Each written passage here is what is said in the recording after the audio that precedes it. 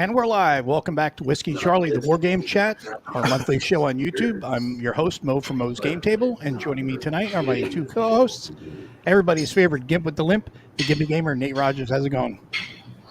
Nice to see you guys all again. I think you mean 10 co-hosts, because I think we got Kev's family with us. It sounds like it. No, you can hear it in the background. That sucks. All right, well, I'll get them to hush. Oh, they just did. And in the busy restaurant area, we have the Wargaming Wizard from Oz, Kev Sharp for the big board. How's it going, Kev, as he eats his dinner? I'm doing great. It's one of those times. It's, hey, just another 9 months, and or 10 months, or 11 months, or 18 months, and we'll have a house. Yeah, what a mess. What a mess. I feel you. I definitely do. Yeah, as you know, right? Yeah, it's rough. What are you doing? Building it by hand? Like you're Amish style on this thing? Yeah, one brick at a time. One brick a day. I can say hey, you want to get it done. You grab one out quick. Got to get it done right? No, so, you're not wrong about that, because we found a few defects in ours after we moved in, but it's not like I can exactly complain about it. But they cheaped out a few parts. Comrade Vianello, he's in the house. Yes. Fabrizio. Yeah, how's it going, Fabrizio? Good to see you, man. And good to see all of you as well. We'll just give you a quick little, not the whole rundown, but we almost didn't have a show tonight. So if anybody saw Kev's notice that the show was canceled, that was not a fake thing. That was real, because I ran into a little crisis at work, but was able to sidestep that a little bit, and we'll deal with the rest of it tomorrow. But that was almost the end of the show right there before we even got started. That's just the way it goes. And you may hear my dog barking in the back, because I don't have the same sound or the room that I had prior in the other house, because we're in the little R house now. So just like Kev's situation, you'll hear. See, you two are at the same point in life where you're kind of toning down, moving to smaller places. And I'm at that earlier. Well, I told you we could have got the warehouse. We could have shoved the wives and the kids off somewhere else. Yeah. Y'all didn't want to do that idea. Well, it wasn't me. It was no one talked to me about a warehouse. I'd live in a warehouse with you too. We're going to have to build one down in Kerrville. That's what it is. We could do that. We're going to have to. We can make that happen. As long as we put all the women in one building, right? Yeah, I had put the. I swear, I thought I had put it in the open chat. I might have put it in a text message, but I told Mo the idea was we get a big warehouse full of just all the games and the tables, lights, everything we need, and then we just have a big house. We put all the wives and the kids in that and make them their own problem. The wives can take care of each other, and then we just step in to have dinner. You're the only one that has kids, so that doesn't sound like a very good deal to me. I did that all that shit already. Look, I just saw one hugging you. That appeared to be your son. He's 22, dude. That's still a kid. So here's what we're going to do. We're going to have the Whiskey Charlie Wargamers compound. We're going to have Whiskey Charlie Con. We can do that. That can happen. Yeah. So I know that you are eating, so I'm not going to go right to you right now. But what have you been up to, Nate? Well, actually, I've been really busy. Let me go down the list. I just finished off doing the example play I put up this morning for Vulcan Simulations, Donnerschlag, which I liked, but I got flack because I compared it to Enemy Action Ardennes, which, thinking about it afterwards, probably wasn't the best comparison, but it did operate off of a card play mechanic, activating different sections of units, which I liked. And the problem with it is it didn't have a specifically solitaire component, right? It's just straight heads up, and you're doing it that way, and people will give me grief over it. But if you like Enemy Action Ardennes and you want something that is much simpler and easier to get to the table, that one's a good one to go with. And did you guys just leave, or should I continue? Oh, I just had to go research something, because I was going to say, while you were doing that, see if I can't see it. The camera will pick it up. Oh, the Frozen Inferno. Yeah. Yeah, I'll be doing that prototype. One. Okay. I know you'll be doing that one. I just did that. I got the point blank one up that Dave asked me to do, showing the solitaire component of that. And the Blood Red Sky stuff, I just started filming, and I finally learned how to do decals. I'd never done decals before, but someone commented, and sent me a link on a real good example of how to do decals. So I was very excited. I finally did them, and they didn't come out like crap. So the planes look good, and I just started filming that actually earlier today before we were doing all this. So I'll have that up soon, and I have a interview this weekend. I don't know if you've heard about this because I just recently stumbled across it myself. A game called Code Atlas. Have you heard of that one? Oh, is that the big global game? Yes. Yeah. I saw that and I was like, "Oh, that sounds really cool."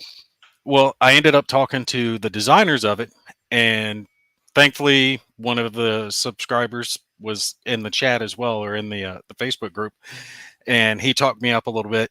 So the designers are like, okay, yeah, and they arranged a interview that I'm going to do with them this weekend, and we're going to just kind of go over the basics, show the game a little bit, kind of give it some publicity. But it's in the alpha stage right now. Yeah. Yeah, it's not any playthroughs or anything like that coming up, but just a hey, look at this, looks kind of cool. Modern day Axis and Allies, but a lot deeper, a lot more diplomacy involved, stuff like that, and not just smash your units against each other and roll your dice and hope for the best type thing. Yeah, but it looks cool.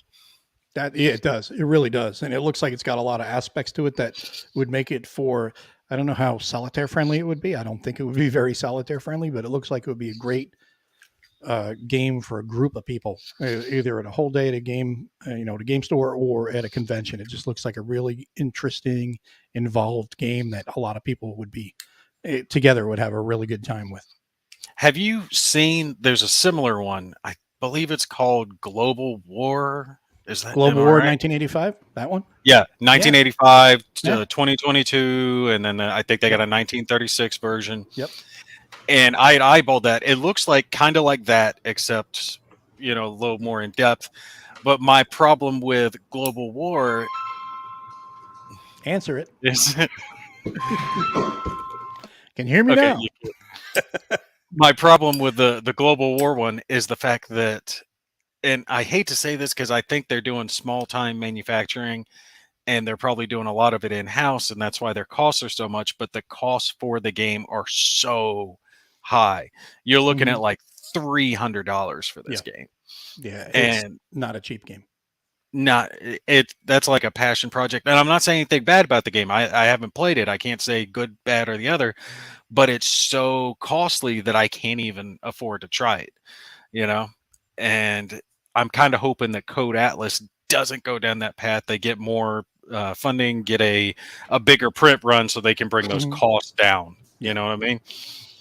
Well, that's the thing that people have to remember when it comes to projects like that. They are going to be, because they're going to be smaller scale. That's going to be a tighter game. It's not going to have as big of a print run, so you're going to have a higher cost. And as wargamers, we already are aware of higher costs because we pay more than your average hobby game. You can pick up a hobby game for $20-$30.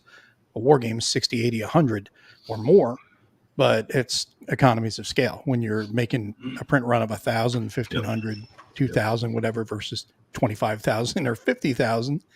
That all adds up. Yeah, but I was talking to you. I'm sorry, can we go ahead? No, I was just going to say, I think that Global War is doing like very, very small print runs because I saw they just got in a new batch and it says they've got like 15 available. So it looks like they're doing 20, 40 copies of the game at a time, probably based on how much they sell, and then they order that many. But that's why the cost is so high. Yep. Go ahead, Ken. Yeah, no, I was just thinking because I had spoken to a company out of Europe and one in Australia. And the one in Australia I am going to do a follow-up on and do an interview. But the European guys, they're looking to charge $325 for the game. And the way they're marketing it is if you like or comment on their Board Game Geek page, the dude sends you a private message. Hey, you want to buy a copy? It's only $325.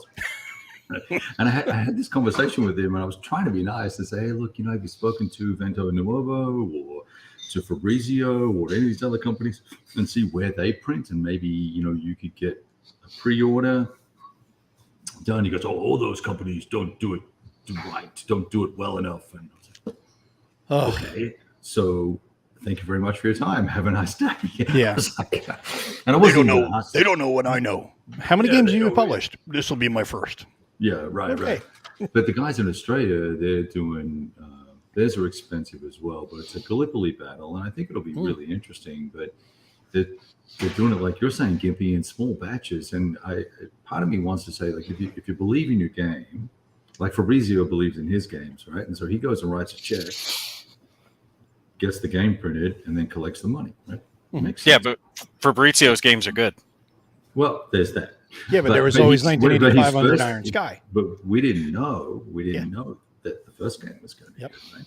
But I guess my point there was, you do a pre-order or do a Kickstarter or whatever the case may be, and eat the 30% fees with Kickstarter and all that sort of stuff, and get yourself established, and then you can come back and do another one and make 500 copies, and then you can sell more, right? I don't know. Then you can work on the vanity projects or something like that. Right. Yeah. Yeah, Or isn't just that go to game public. World in Flames? Isn't that made in Australia as well? Yeah, it is. Yeah. Yeah, that was one of the things that's kind of held me back from trying that one. I love the big global games, and I was like, oh yeah, let's take a look, see if I can find the most recent, because they've got like 10 versions of it. Yeah. And I was like, all right, let's find it, and it was something like $400 or some shit, and I was like, So yeah, let's see if this will show up on camera, right? That's Freezing Inferno. That's how thick that box is. Wow. It's partially. oh my god, it's that big. Is that a minis game as well? No, this is Hex Encounter. Oh, But this is it's the prototype. But what they're doing is I'm going to actually be shooting, I guess, an unboxing. I guess you would say it's really just a first look at the prototype preview is what it'll be, and you'll see what they're doing with the game. And one of the things that I think is kind of neat is there's a pad of maps, and you will sit down and I'll draw out where I'm going to put my units, and you draw where you're going to put your units, and then we place our units. So it's blind placement of units. I like that because it's kind of a way of almost self-refereeing your game. You place out what you're going to do on a little map. You got a sheet of maps, and then you do it, and then we go, okay, let's place our guys. Boom, boom, boom, boom, and we're like, holy crap, I totally guessed wrong. Or, whoa, this is going to be interesting, and I like that idea how they're doing that. So we're going to see how that plays out and things like that. And very cool. Components wise, it's pretty cool. I mean, I think there's going to be, one of the components is these boxes that they've got together to interlocking like jigsaw boxes for putting your counters and things like that, which is a really neat idea. And in this right now, it's because it's a prototype, it's chipboard. It's not MDF. It's not anything else, so it's not gonna look as good, but I like the concept. And again, it's a prototype. It's the concept behind the game. Just like with Sparta, we got the prototypes of that and we played that. Nate had it and I did it as well for videos for Kickstarter. And the game itself, the prototypes he does are fantastic, I think. And the games itself, the gameplay was really, really good. There was a lot more to it than you think. And I know you're not as big into the strategy, the historical board games, Kev. And I'm not a huge, gigantic fan of them either. I like them if they have the right gameplay and if they interest me enough.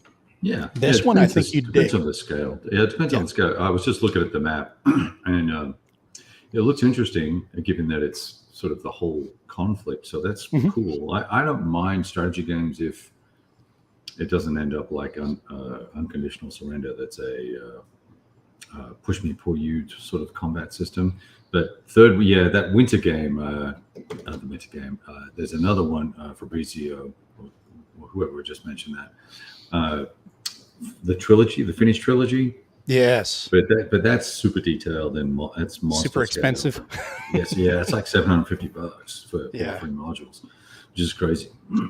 Yeah, have you guys noticed that? It's just the prices have gone through the damn roof as far as all games are concerned. I actually did a video talking about this recently. I'm not trying to change subject, but it's gotten so bad. You just did. You just did. What are you doing, Gimpy? Stay on script. It's got to where you can't afford them. anymore. What used to be an all-in, like you could get everything, was $200. Like you spend $200, you're getting Right. everything with it. Yep. And now $200 is like the base pledge. Right. And I've seen Kickstarters upwards of 1,000 for just the gameplay content, not even like the deluxe components. Now, That's crazy. are you talking about Kickstarter only? Kickstarter game was a game bound, whatever. It's same the difference.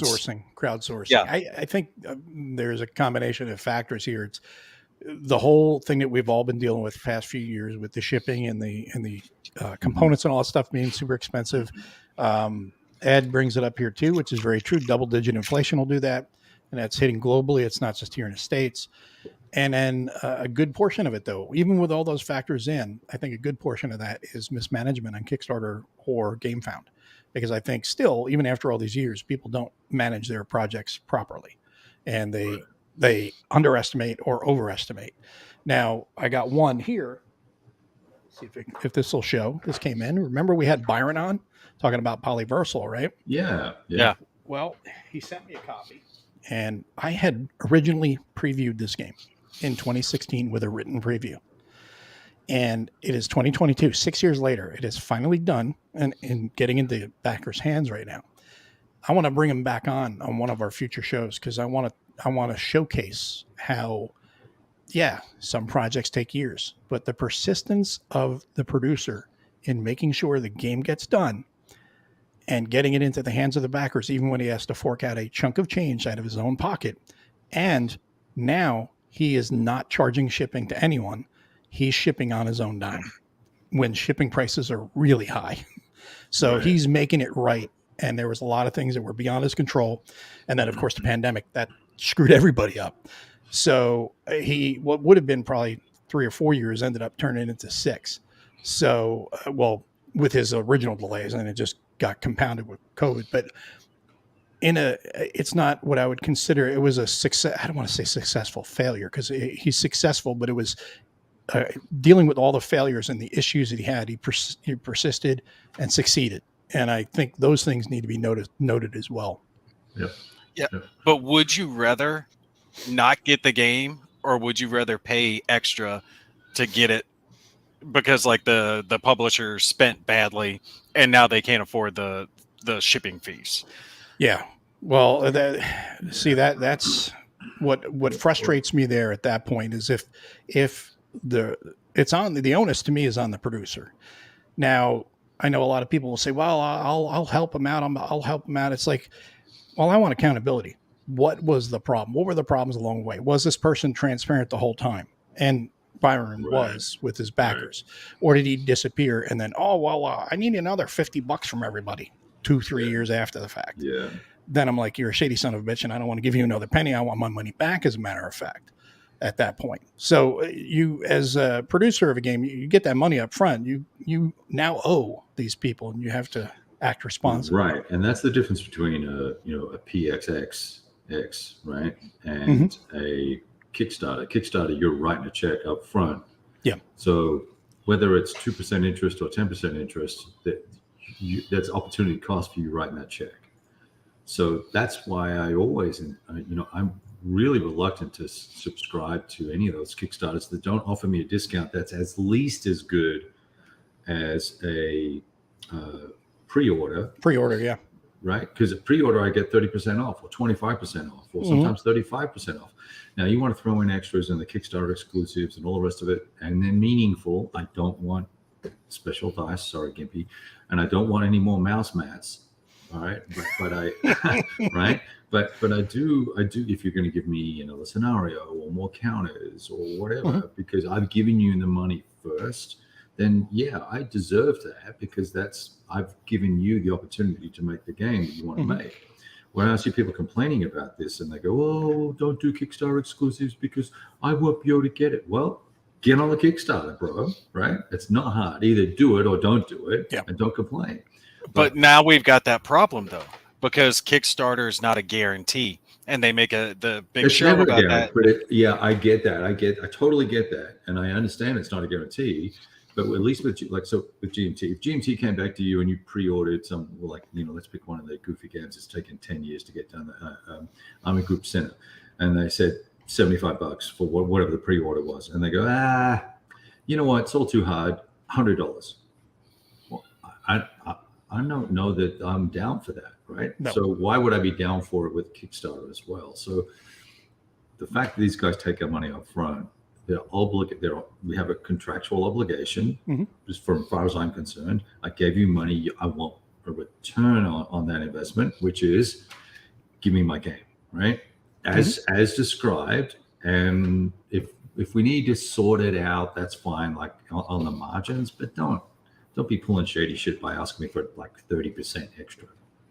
Well, to your point, just one little thing. Sorry to cut you off, Nate. I just wanted to spin off something that Kevin just said.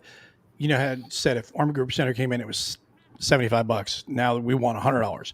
Well, GMT has done something similar to that, but in the opposite way with Mr. President. They're saying it was $52 or something like that. Yeah. They're saying it was going to be $100, but they kept the pre-order price at $52, which is the proper way to do things because they're going to get it in distribution anyway. But it's the proper way to do things, and they haven't even taken money up front. They've just taken a commitment. So, Yeah. Well, my problem with GMT is their P500 system. I want the P500 to always be the cheapest. And if I order something on P500 and then I see that I would have got the exact same thing for cheaper by waiting and buying it on Miniature Market, that's when I'm pissed off. Are you just catching on to that? That's fair enough. No, the benefit of P500 is getting it earlier because you get it a month earlier or so. If you can wait on it, get it. It's not even a month. You're talking 2 weeks. Yeah. It depends who you You're are. talking 2 weeks If you're me, you're the last person to get it as a blogger or a YouTuber. So it's 2 days. Yeah.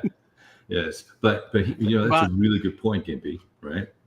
Why the situation why am I paying less somewhere else?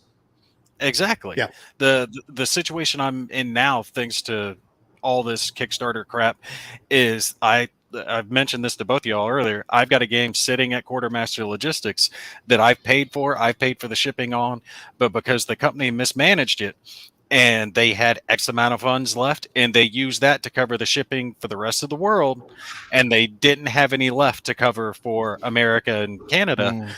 And then they were like, well, we were hoping this tax rebate was going to come through and that's supposed to cover it. And we're still waiting on it. So when it comes through. Exactly, it's not my problem. Yeah, so ask for your money back and say bygones, right? Yeah. Yes. So with GMT and that whole like the annual sale and all that sort of stuff, that can be a challenge. But she wants to stay with Daddy. But he has that effect on women.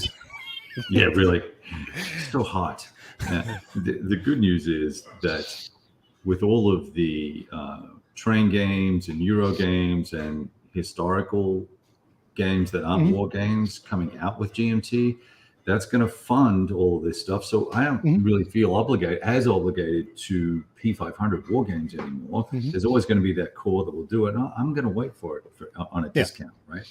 Because I certainly don't get it soon enough for me to care to pay the premium, right? Because I have a couple of games, so I'm okay to wait. 1 or 2. Yeah. Well, the premium's not even that much. I mean, ultimately it comes out to $15 or $20 usually, so it's not a huge amount. Multiply that by 10 titles, bro. Yeah. No, I don't disagree. I just think that they should price it in such a way, tell the distributors, middlemen, whoever, like, look, our P500 sells for this, so your retail price has to be at least that or higher. You think they're Simon? Or what's the other one? The big monster that bought everybody. Asmodee? Asmodee. That's where they have that map price where they have you cannot sell below this, and they can't have an advertised price below that. Then they give them a certain couple times a year where they're allowed to go below that for their sales, and then they can't advertise it in their site. It might be like Star Wars Rebellion. Say it normally retails at $90. Well, the lowest they can sell it on average is like say 80. Well, for this special price, they can release map and they might be able to knock it down to 65 or something like that, or 55. But you can't advertise that. You got to click it, buy it, put it into your cart, then you see the price. Oh yeah. I've And always that wondered why a handful of games did that. I was like, I don't want to jam it in the damn cart. Just put the because freaking price there. they're forced by Asmodee to do that. That's not their choice. They're forced. So but Asmodee's a behemoth. GMT's not.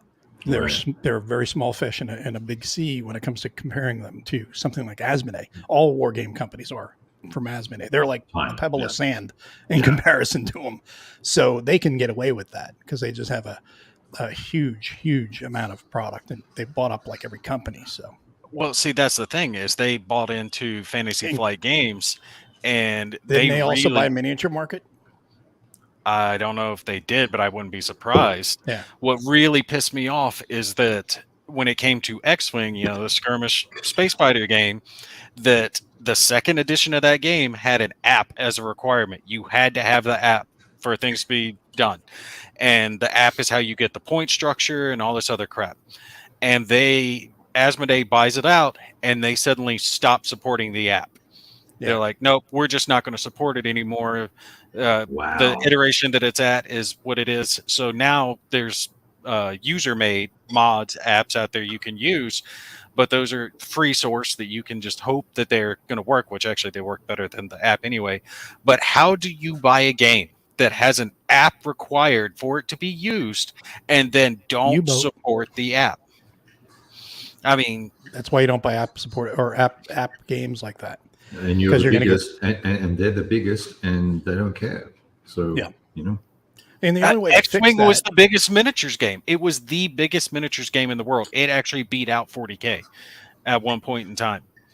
But the only way to do that, the only way to fix that, and no one will do it, or very few will do it, is just say, okay, fine, you lost my business permanently. I'm not going to ever do business with you again. I'm the type of person that will do that if a company pisses me off.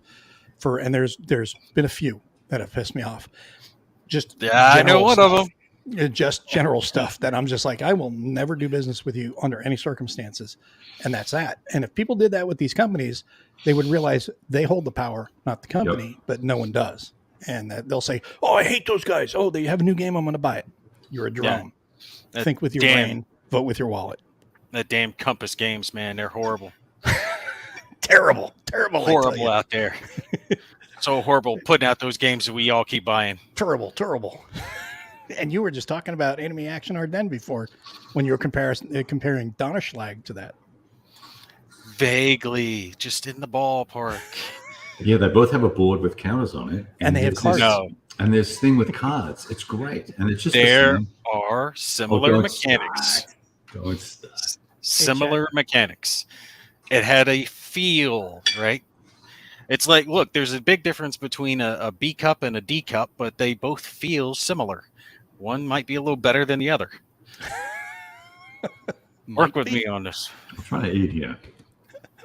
What? You can't think about boobs and eat at the same time? I mean, I'm a one-track kind of guy. So am I. So the thing about it is, those app games are just that is something that it's gimmicky. It can be really cool. But I think to be successful, what they need to do is if you're going to have an app-assisted or app-based game, you have to commit to 2 years or 3 years or whatever of supporting the application. And after that, say, we're going to support this we're going to commit to supporting this for 2 years, 3 years, whatever. After that, we're going to make the app open source for the community to do with as they please. Let people know that up front. Yes. Yeah. And then people will be more likely to buy it because, okay, I can still play the game and someone else can fix it, afterwards or add more stuff to it or whatever. Right. Otherwise, the game's just going to be dead in the water. Well, look, while we're all talking about apps, don't forget this leading the way. The best war game of 2021 was 2021 or 2020. I forget. U-Boot. Classic war game. I actually still like the game, but I know you don't. And to answer you, John, yes, they did send me a copy of Kharkov. It is on the list to be done. I just had a few that are in front of it, but it is there being learned and gone through at the moment. It is on the list to be done. Yes. And Joe, we're so happy that you are only a one TV house that we're on, and we can keep you busy because the Bachelorette finale's on, and I guess the Bachelorette's one of those Reality That show's shows? still on. I don't watch reality shows. It's not So reality. does that mean that we're second in line after The Bachelorette in terms of popularity? We're the bachelors. The war game bachelors. I doubt we would ever be on The Bachelor. Weird, not that type. So Jay says he liked the video in spite of the fact that Gimpy's on. Oh, hi, Gimpy. God, this itch right there. Right in Well, we my got eye. a saucy crowd tonight. Yeah, everybody's salty. So Greg says that he told them to send you one. I think that was I think Greg won that. Was it Greg that won that and had sent to you during the town hall? What it was is I was giving John Krantz hell. I was like, if there's ever a time for you to draw my name when it comes to a giveaway. Oh yeah, I've been talking that game up for a while. And John was like, begging. yeah, I'll cover this one. We'll send it to you. And I was like, sweet. You know, very, very, very much happy to get that one. Wow, it goes to show that excessive amounts of sucking up work. Begging. Hey, part of the whole reason I started doing all this work in the first place was to make the hobby cost neutral, which I'm very glad I did because I couldn't afford a war game now without it, with all the way the costs have gone up. It's definitely expensive. Anybody played Heroes of Normandy? I've never played it. Is that the you're talking about the one by Devil? Is it Devil Pig Games? Yeah. I did not play it yet, but I did back their most recent Kickstarter because I've always wanted to try that one. Hey, Kabuki, and I don't get a hello. I get one here for Gimpy. We get one here for Kev, none for me. Well, thanks, Kabuki. Appreciate that. Well, you're included in chat. Exactly. It's, Gimpy, Kev, and everyone else. You're part of everyone else. I agree with you, Jay. That is definitely the proper response. So as Greg said, he told Bill to send send you his because he already did have a copy. So I was correct. So your begging actually worked with Greg. Muchas gracias. So now that was my crucial one. Make sure you buy all of Greg's games. Oh, I've already got his on pre-order. I've got like 2 or 3 of his on. Yeah, how many games does Greg have on pre-order right now?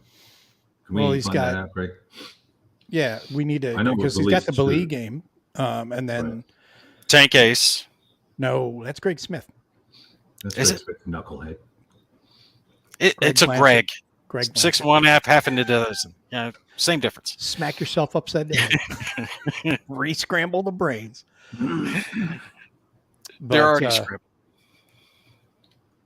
Oh, there's Andrew. Hey. Oh, I did not see. I'm sorry, Kabuki. I missed that. That's my fault. But yeah, no, he's got the Belize game, and then he's got Kharkov Battles, Fall Blau, because I think they're both on reprint. Oh, I've got Fall Blau. And then what other ones? We'll see what else he's got when he posts it up here that he's got on. Yeah, just curious. Yeah, Kharkov Battles is on my list. I just haven't gotten it yet. So now everyone's making sure to say hi to me. Oh, you just Jay, I guess if I have acting all sad over there. Well, hey, you beg for games, I beg for love. That's what the song is. Serious. Cav, you got to beg for something now. Hey, John's here. Well, he got what he needed. Peace and quiet. Yeah, exactly. And 6 actuals in the house. Welcome aboard. So now Kev went on a little trip, and being that it's quiet, now's the time to ask him about his trip, because I think everyone is going to enjoy this, and he can tell everybody to shut up at home, right? Well, I think my wife is studying. So, and my son is out of the house, back in his own place. He comes over and freeloads for food and then leaves. And I won't continue eating. So how's that? There you go. So yeah, we had a really cool trip to Annapolis and to Antietam. So we had a disastrous travel day, but that $297. He couldn't make it $3. Oh, so thanks, John. Appreciate that. That's the cut. Yeah. YouTube takes. No, 1% off the top. Yeah. They keep asking me to verify my address before I can do anything, and I apparently that was sent to me in the mail 10 years ago, and I never got it. So I can't take money from anybody. We went to Antietam. So that was pretty interesting. I've never been to that battlefield before. Much smaller than Gettysburg. Was pretty impressive. I think I posted a few photographs and stuff online. It took us about 4.5 hours to go through the whole sort of thing. And we had the little audio. They have a fantastic set of digital services for audio clips and YouTube clips, and a little app that kind of is a really nice guided tour. So it's got me focused and motivated to get Lutman's Antietam version out. I know it's not necessarily, he may not necessarily have done that particular module, but I've got that here somewhere. I'm going to try and find, I was looking for it earlier before we got on, actually. And then, so we did that.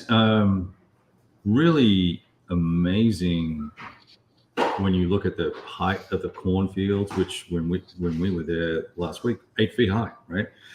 And you've got thousands of troops trying to march through in regimental formation through these fields and come at these guys, and just the cannons going and the whole thing, and it just was very evocative. Particularly when we got to Annapolis, and one of the first things we saw was a parade march in. The kids, they don't do a formal parade every day, but they do basically a check-in every day before lunch.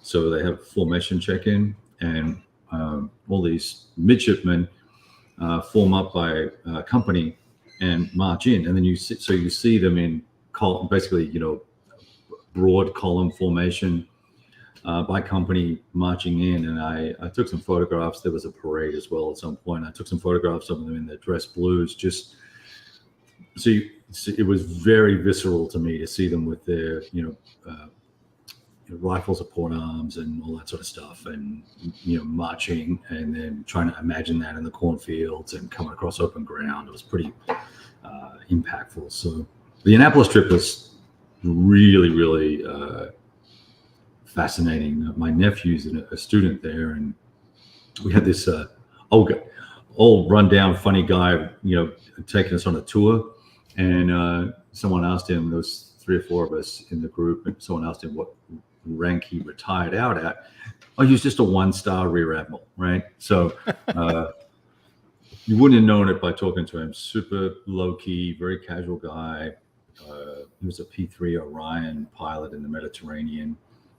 Interesting sidebar was that he said that when he was tracking U.S. subs, he could track them as long as they wanted him to, and he can track a Russian nuclear sub whenever he wanted to, which I don't know if that's propaganda or not, but I found that insightful, that back in the 80s, and he finished up service in the 90s, I believe, but in the 80s we were all over that nonsense and able to keep track of where they were. And I was also told that, and this is a legend, so I don't know if it's true or not, that once a year the U.S. Navy sends some level of sort of decayed data of where all their subs are at a point in time to the Russians as a goodwill gesture, just to say, hey, by the way, we were here at this date at this time. Yeah. So I don't know if that's true or not, but that's what I heard. So I got to go into all the rooms for the guys. And the guys and the girls, lots of female officers, which was really, and leaders, which was really good to see. So it's like 30% of the 35%, is that right? No, nearly 50% of the leadership roles were filled by women, and they only constitute 30% of the student body, the midshipman body. So I thought that was interesting.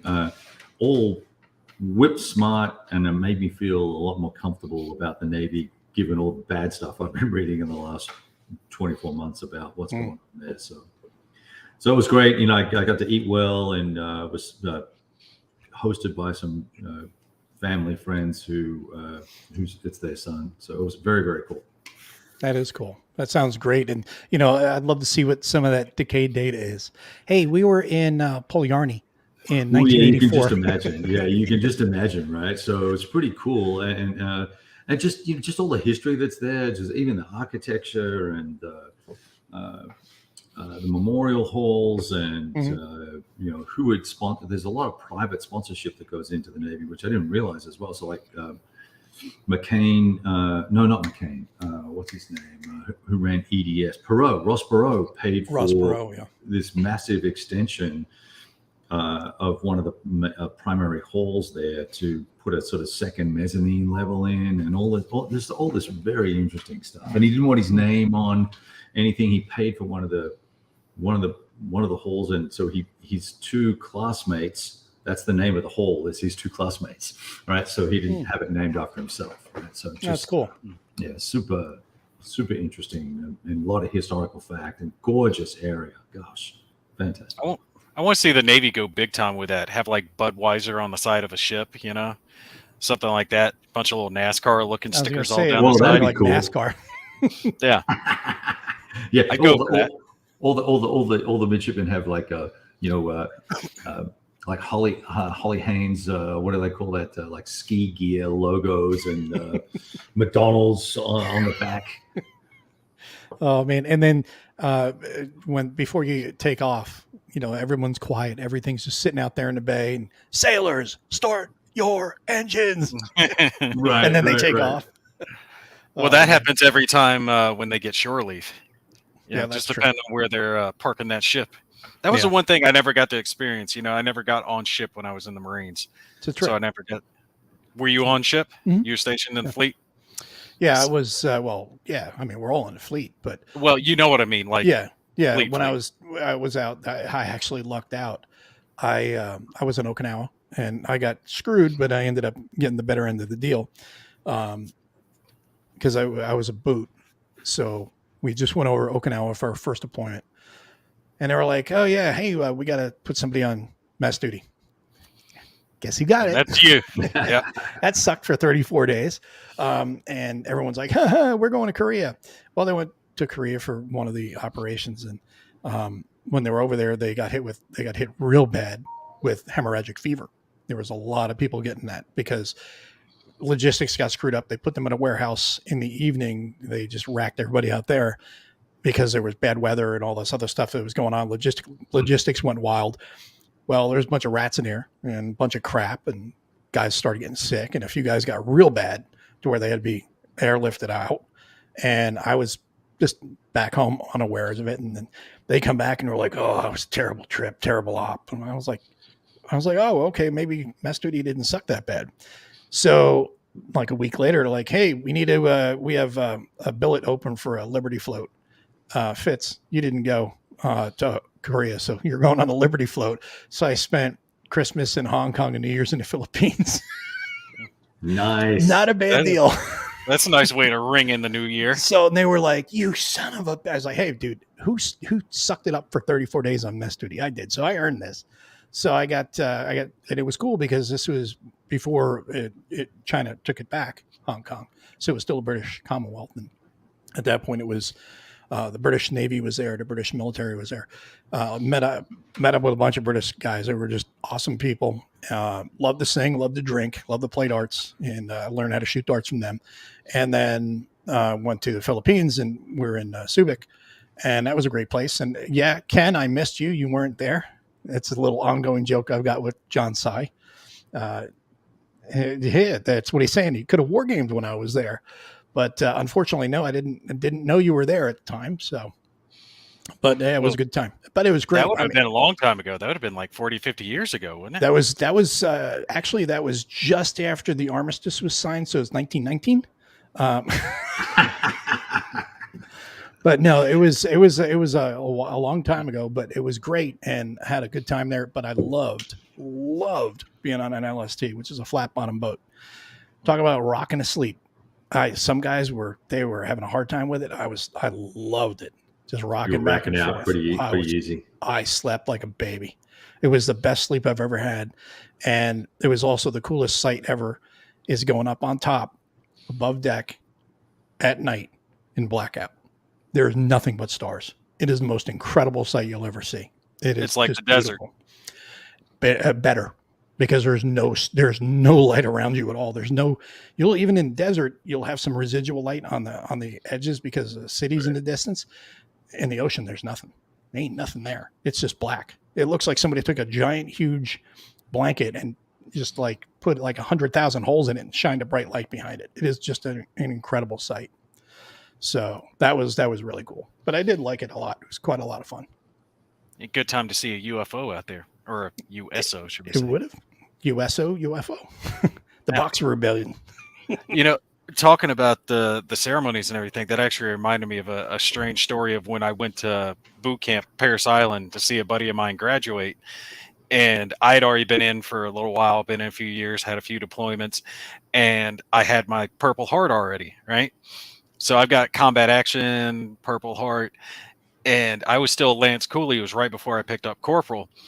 And I actually got stopped by the Sergeant Major on my way out, and he started talking to me, and I could tell he was talking to me to make sure that I wasn't bunk and just throwing on medals that I hadn't earned at the ceremony. You know what I mean? Because he started asking questions about the deployment and, what I was doing, what happened, everything.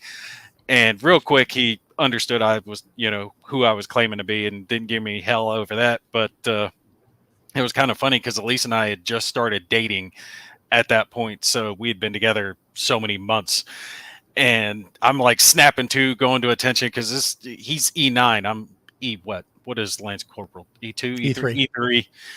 At the time, bomb rung, and I'm, snapping to, shaking everything like it's cool, Sergeant Major. She's like, "Why are you so tense? It's just a guy." And I'm like, "That's not just a guy. That's a smudge, man. That's a Sergeant Major. He is not just a guy. Shut up and go away. We're good. We're leaving." Sergeant Majors are not guys. They're Sergeant Majors. But yeah, 30-degree roll. We actually did get into a storm on the way back, and that was the only time I was like, "Oh, am I gonna get sick here?" Nope, didn't bother me. I was like, "Oh, this is a wild ride," And that was the only thing I did feel was you can feel the power of the ocean. You really do. When you're hitting those waves and you hear that waves hitting the side of the hull, you realize that, wow, these ships are built a lot stronger than you think, but they can also snap in half. You feel at the time, but you really do get the sense that, wow, Mother Nature could really kick your ass if she wants to flex her muscle, Really cool. Something I never got to try. I always wanted to get on a ship, but just never happened. Never got a chance to go on one. No, John, we did not find the iceberg, thankfully. There you go, in the med. So what else? What do you got, Kev, as far as games, new games on the table? Well, I really would like to try and get Antietam, some sort of small scenario for Antietam up, but it'll probably end up being that Lutman game. What's that Gettysburg thing he has? Whatever, that one. I'm probably going to do it. Yeah. A happy place or something like that? Or a mostly sacrificial something. Or, yeah. So I found a small scenario that'll fit on the table. So I've got that organized to set up, and I grabbed today, because we're racing towards Market Garden, and I've been trying to negotiate with a guy to purchase the old SBI Highway to the Reich. I'm going to put this up, Screaming Eagles, which is a TCS, the Tactical Combat Series. I found a little 10-turn scenario of that'll fit on a one mapper. So I'm going to do that, set that up probably after this, and then set it to one side, play the Gettysburg game, and then I've got a Vietnam scenario from the new GMT Vietnam. That'll be my second scenario. I'm just going to stop the hat from falling in the food, and then I'll do that. John, you daft devil, you. Any opinions on U-boat? Kev's favorite game of all time. It's a fantastic co-op game. It's a fantastic co-op game, and I know Gimpy loves co-op games with no app support.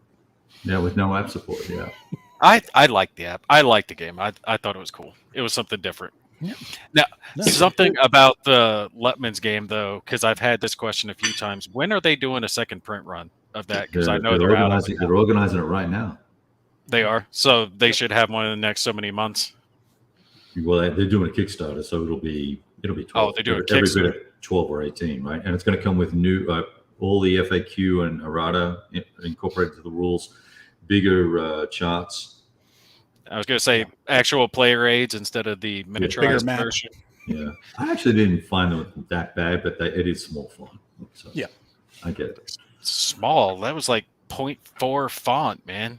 Well, it's a lot of shit to get on the board. Let's not quibble. Like you get the monster map, and then people go, "Oh, I want the charts are difficult." I've been giving Lutman hell over the player aids. The game is good. I wouldn't give the game hell if I didn't like it, you know. Oh, sure. I give him a hard time in private messages as well about it. It's like, dude, what's your problem? Like, No, I'd said I could see easily how the mistake was made. It should have been on a fold-out player aid, but they sized it for a single sheet. Yeah. You know, it's an easy mistake to make. I can see how it happened, but it's just funny. Especially the first time I pulled it out and I was like, am I old or is this really small? No, you're not yeah, old. You just have bad eyesight. No, But it's did old. you see that old school tactical is going modern? I know you have, Kev. Oh, I'm dude, stoked about that. Yeah. Another Did you see modern that? tactical system. Did you see the cover for that rule book? Yeah, Sexy I saw the cover. times. Was that the cover for the rules or for the box with the tank? The tank was the rule book. Okay, yeah, no, I did see that. Yes, Sexy times. very. I was just like, ooh, you had me at the tank. Yeah.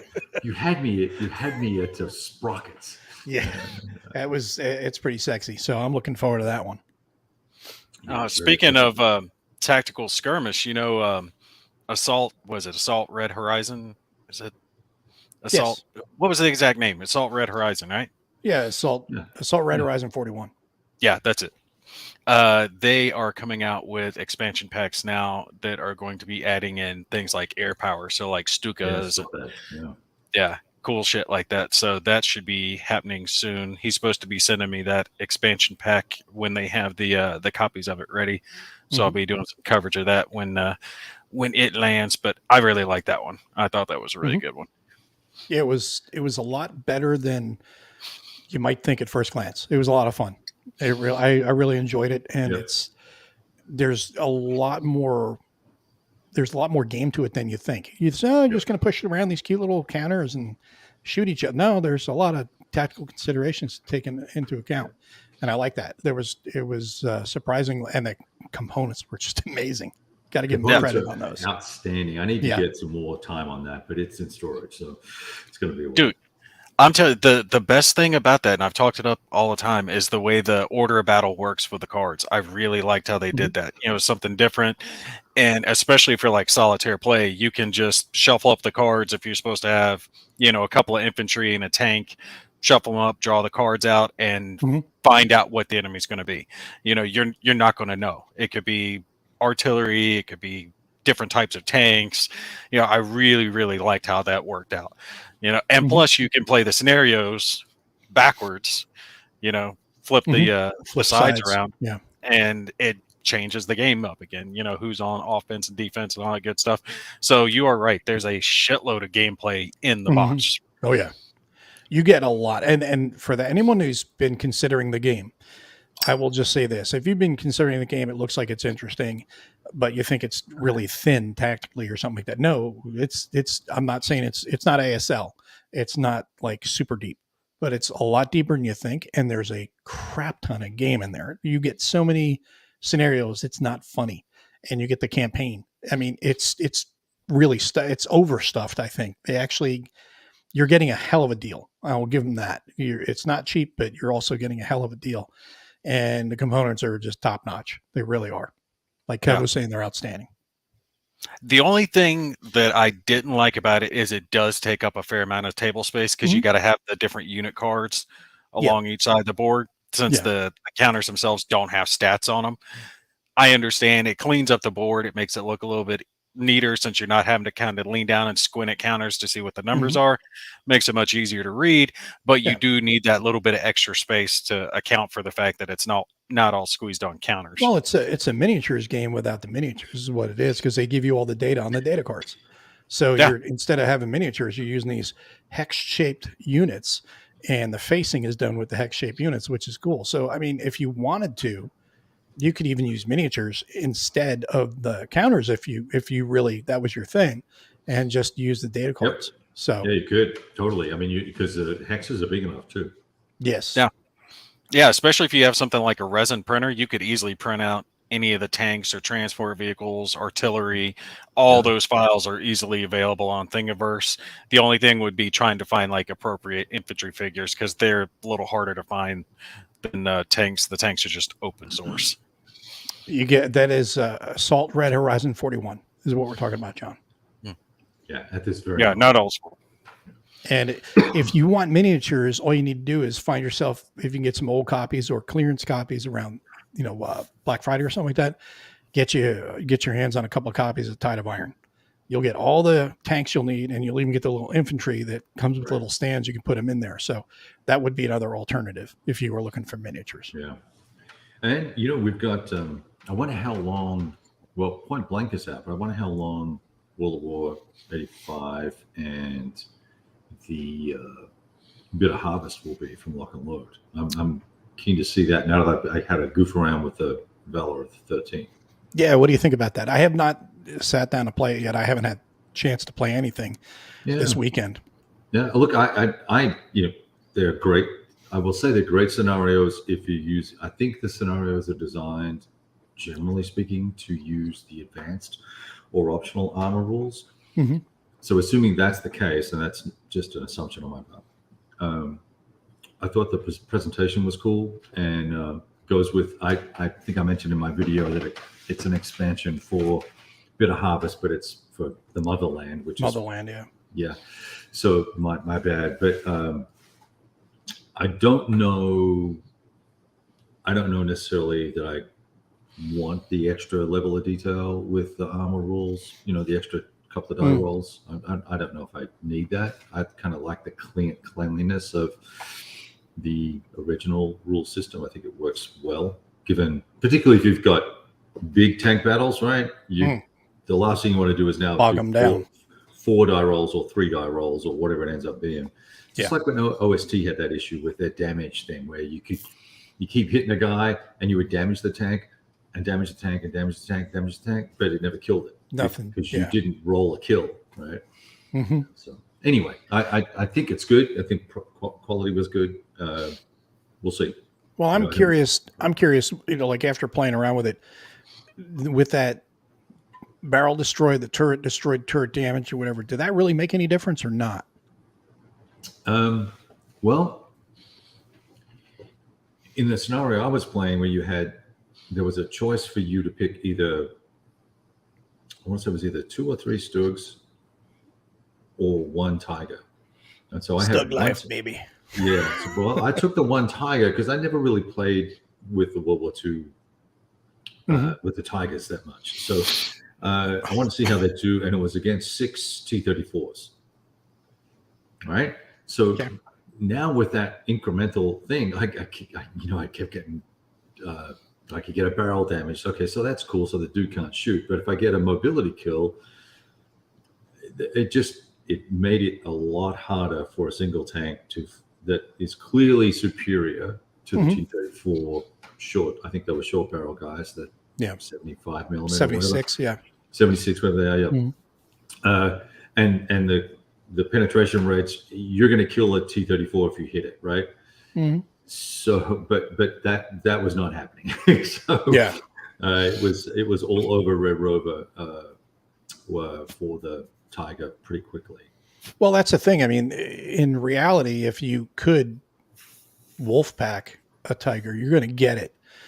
But you have to be, number one, you have to close the distance because a Tiger can kill you at range. Whereas you got to run in. That wasn't happening, right? Yeah. That wasn't happening, right? So that was the problem. And it wasn't, and so we ended up with a situation where the two T-34s, there was an exit rule. I started to exit and I was like, I can get the VPs, but let's kill the Tiger. So they pulled up behind the Tiger. Tiger had shot its 1 shot, which as the more I learn about tank warfare, I think, this whole concept of 1 shot a turn is just kind of flawed. Doesn't work because and you're a tank, you're an actual tanker, right? So you guys can shoot shit like the yin yang pretty damn quickly and move from target to target and be pretty precise and pretty effective if you're well trained, right? So this whole, I shot one, and I know it's not one round. I get it. It's one effective round, but you're having that sort of suspends the belief for me. Anyway. Well, that's part of the thing with tactical gaming that is problematic, because I've got my infantry squad. Okay, that's the end of my turn. Right. In reality, it'd be like, you're going to lay down your base of fire, and you're going to have a maneuver element and everything. Same thing with tanks. You're going to have repetitive shots. The only game that seems to have solved that so far is Last 100 Yards, because everything happens all at once and then you resolve, which I think is a really ingenious. Really pretty. Yeah, that works really well. Yeah. Yeah, it's real ingenious to do that, because then you're like, as you're doing it, you can't sit there and math it out. I mean, I guess you could with enough experience. You could kind of go, well, you're going to take longer to get through your turn. Instead, you're playing it as you go. You're going by the seat of your pants, and you're thinking at the same time, but it's almost like it's happening in real time. And then you're like, okay, freeze. Now we're going to see who dies and who lives. Which I think is really cool. Which is kind of cool. TCS does a similar thing with its Overwatch concepts, right? So some guys can shoot, or everyone can shoot multiple times in Overwatch. Just a thing, right? So I don't know. It doesn't mean that any of those games are bad. It just, because I think every tactical squad level game does that. Shoot once, move once, do your thing, right? Basically. And if it's otherwise, it's command points, and you use up some command points, but it ends up being you shoot once and you move once, basically, right? So no, not really, because you're talking about the command points like Academy Games, Conflict of Heroes, right? Is that what you were referencing? There are other games that do command points too, but yes. But similar. The third edition kind of changed that up. I won't interrupt the point that you're making, but it's fine. Well, I'm glad the third edition changed something again. That's awesome. I'm just, I'm excited about that, because from first edition to third edition, it's 3 completely different games. Yes. Have you tried it? I haven't tried third. I think I have third edition here. I haven't had a chance to play it yet, but I've read the rules and I've played the other 2 versions, and it's like a completely different game to me. Mm-hmm. It is, though. Again, I feel bad. I'm not trying to change what you're saying. But it's, then why not call it something else, or call it Conflict of Heroes, the updated, very cool, mostly different version, than calling it just Conflict of Heroes. I mean, it's still Conflict of Heroes in the fact that it has command points and a cute map. I mean, that's about it, man. It's completely different. They changed up the way the command points work. They still work similar in the amount that you spend, but it's just whether or not that unit's going to spend, right? And for me, it provided a level of randomness that took the solitaire play to a whole nother level, right? Because you still could now squeak something out. Before, you really could game it out because you had 7 points. You knew that you could move 2 squares or 2 X's for 2 points, and then take a shot for 5 points, and that's your amount. Or you had a couple of command points that you could squeeze out 1 extra thing. Well, now you can't really just map it out anymore. With the dice being involved with it, you're more than likely, if a action costs more, if it costs 4 or 5 points, more than likely your unit's going to spend, but there's a chance that it doesn't, and there's a chance on the next round that it doesn't, and you might be able to pull off some sick maneuvers, or you might end up losing your luck. Did you just say sick maneuvers? That's what I thought I heard you say. He did. Yeah. Okay, I'm just checking. What's wrong with sick? Just all good. So, pull out some good shit. Where I had a game where I had a whole lot of fun. I came up with a thing where you're trying to find the Soviet command tank and come around, and it came down there to the very end whether or not the dice succeeded on this attack to which side was going to win the game. It was a very narrow nail biter thing, and I had a lot of fun with that, and I thought it was a vast improvement over the second edition I played before, where it was much more a gamey experience of mapping out how many points you're spending to do these exact actions each turn. Does that make more sense? Yeah, it's more deterministic in the old way. It's more like a Euro. Yeah, I get it. And just by the by, not to change topics again, but for John Longshaw, there is an upgrade kit for a most lethal sacrifice. So, yeah. And in fact, Andrew said that. Yeah, I didn't mention that in the comments. So, well, the other thing too, one of the things you brought up is one of the ways I think tactical games could deal with this one tank round a turn thing is to throw out rounds altogether, throw out turns, just play to the completion.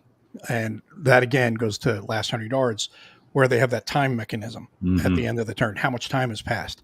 So that's one way of still having a turn kind of situation. But I would prefer, in a way, having tactical games have no turns. Just you play until you resolve the mission, because turns put, I think, unrealistic expectations, because who the hell is going to run their guys every mission across an open field because, well, we got to get there in 5 turns, fellas, so we got to go. They're going to get slaughtered. Right. But they're trying to stop turtling. That happens. Well, yeah. So that happens a lot with games. Right? You look at the scenario and you go, oh, well, I've got 7 turns to play this scenario out. My objective is this. Okay. You're going to die by running across there and getting adjacent so I can see you. Or, if it's ASL, you're going to do this. Or if it's OST, you're going to do this. And if it's last 100 yards, you're going to do this. And they all have those very similar. Combat Commander does the same thing, right? Except there you're not racing guys up necessarily, but you're dumping cards and you're counting cards, right? So you might as well be a card shark playing that game. So I don't know. I'm all these things aren't meant to be exactly real life. That's fine, right? That not expecting that at all. But I do think that to get more of the verisimilitude. Yeah, big word everybody loves to throw out. That big ass sick maneuver word. Exactly. We could do. I think people could take a fresh approach to tactical wargaming, like Mike Denson did, which is really really cool. And it's making me want to go get it out right now and set it up. Well, that's the thing. You want to. I would like to see turns done away with or changed. Maybe with the timing thing. I'd also like to see killer stacks done away with, because even in Lock and Load Tactical, stacking is a thing. It should be, maybe you change the hexes down and make them smaller. Maybe the hexes be 10 yards apart or something like that, to where you're spreading your guys out, but you're still maintaining your cohesion and your unit communication and stuff like that with hand and arm signals, because you can still see a guy 30 yards away. And you can do a quick hand and arm signal, let them know what you're doing, and not have those killer stacks, but you can still have that same combined fire effect if you wanted to, but have a true fire and maneuver element and Overwatch, have all those things come into play instead of saying, I got my stack here, my stack here, my stack here. And then let's see which one I'm going to run across faster. Cause like you said, 7 turns and I got to get over there. Okay. Let me do a little math. 7 turns. My movement is this. Okay. I can get there in maybe 6 turns. Right. If I run and don't shoot. I just played Panzer the other day, and it was a modern scenario, and it was 15. I think it was 15 or 17 turns or 20 turns to get from one end of a double map to the other. And so I had to look at it. I was like, okay, how many shots can I take? Can I absorb? How many units can I absorb losing, and just run the map? And that's what I did. Now, that ends up having a conga line of tanks adjacent to Milans and Leos and all that, Leopard 1As, all that nonsense. All these, BMPs and shit are just driving past going, blah, blah, blah, blah. Fingers crossed we get initiative. It was really goofy, right? And it kills the enjoyment and the immersion of the game. It was totally no fun. I want to feel like I'm fighting for every inch to get across that field, just like we were talking about before with across the Boog River. I know I always come back to this, but it was one of those love-hate things, because we were just frustrated with the whole which units you're going to have and how many points they're going to have. But then the combat was fantastic, and I was just like, damn, system.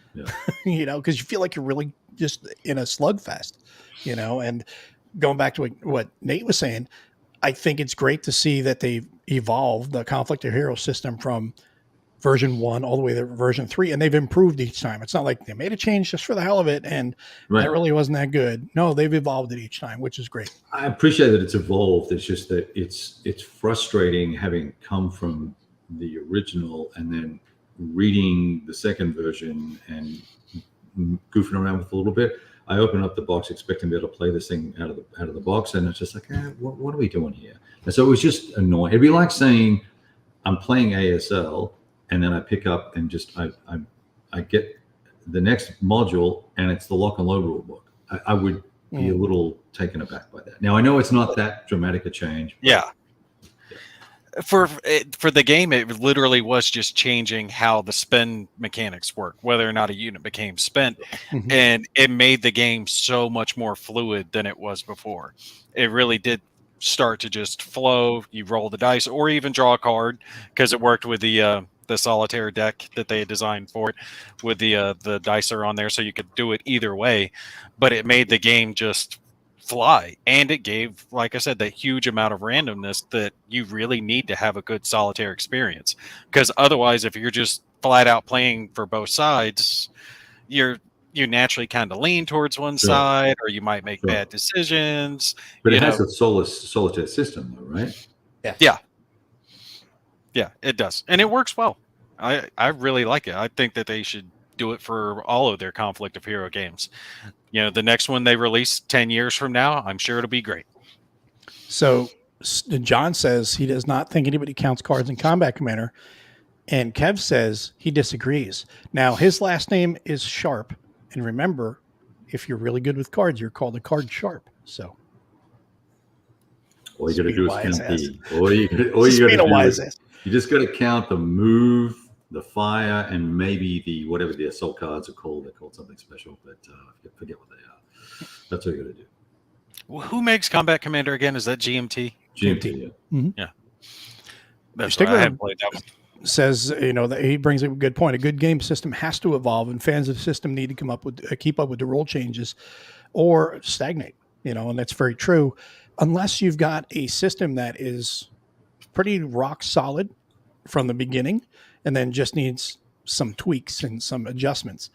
Because how many times have we seen a game where it's like, oh yeah, the rules are really good, and then in comes the second edition and they change a couple of crucial rules or change a couple of rules that just, wow, that's not as good as it was the first time.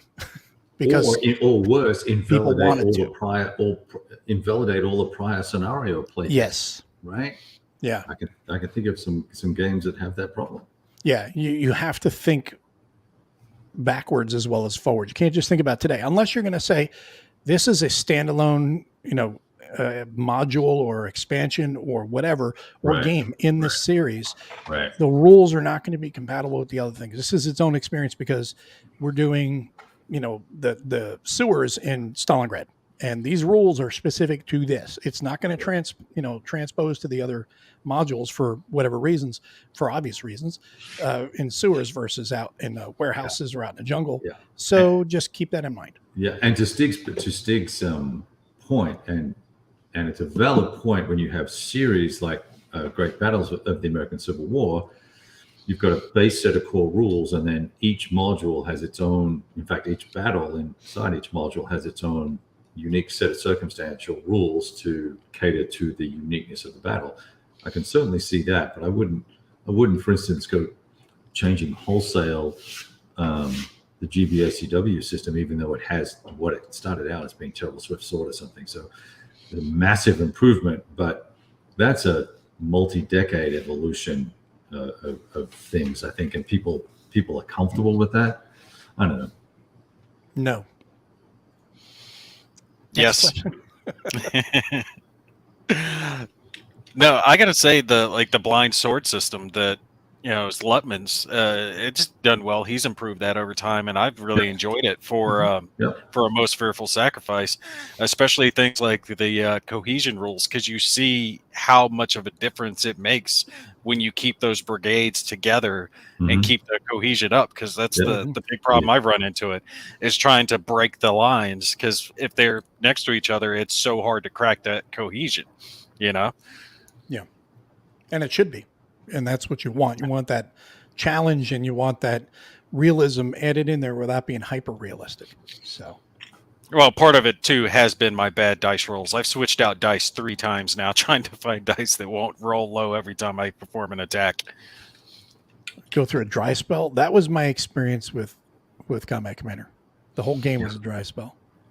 Yeah, 2 games that I played. Yeah, you're dumping cards. I've played it a lot, and it's not a bad game, but it when you play against someone who knows how to play well, they're basically counting cards. I had a guy telling me my percentage chance of a certain thing happening that he was going to do.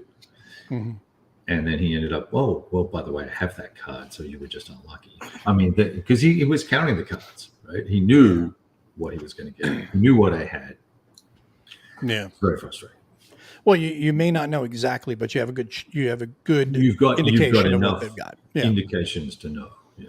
And the thing is, I know a lot of people love Combat Commander. I think it's because it's really a very easy tactical game to pick up. Yep. And that's fine and that's great. But we're and I've said this before, just the dump in the cards because I can't do anything. And John was saying about deterministic. The only thing I want deterministic in a tactical game is the fact that I can do something. Don't tell me I can't because I got a handful of cards that says you can't do anything. Just dump them. That right there just takes me out of it. Now, I wouldn't mind having, and I don't have a problem with, a random event says you lose your turn or something like that. That just gives the momentum to the other player. That's fine because that's combat. Things do ebb and flow. But when I just have to keep drawing cards and I, hand after hand throughout the course of a game, I had a dump because I really couldn't get the right combo of cards to do things. I was just like, and one time I played, the other gamer was experienced with it, and he was like, "Oh yeah, that happens. You just have to kind of fight through it." And he felt real bad about it. And then another time, this guy was actually walking me and another guy through it, and he's like, "I can't believe this." He's looking at both our cards, both hands, going, "I can't believe you guys. All right, just dump them."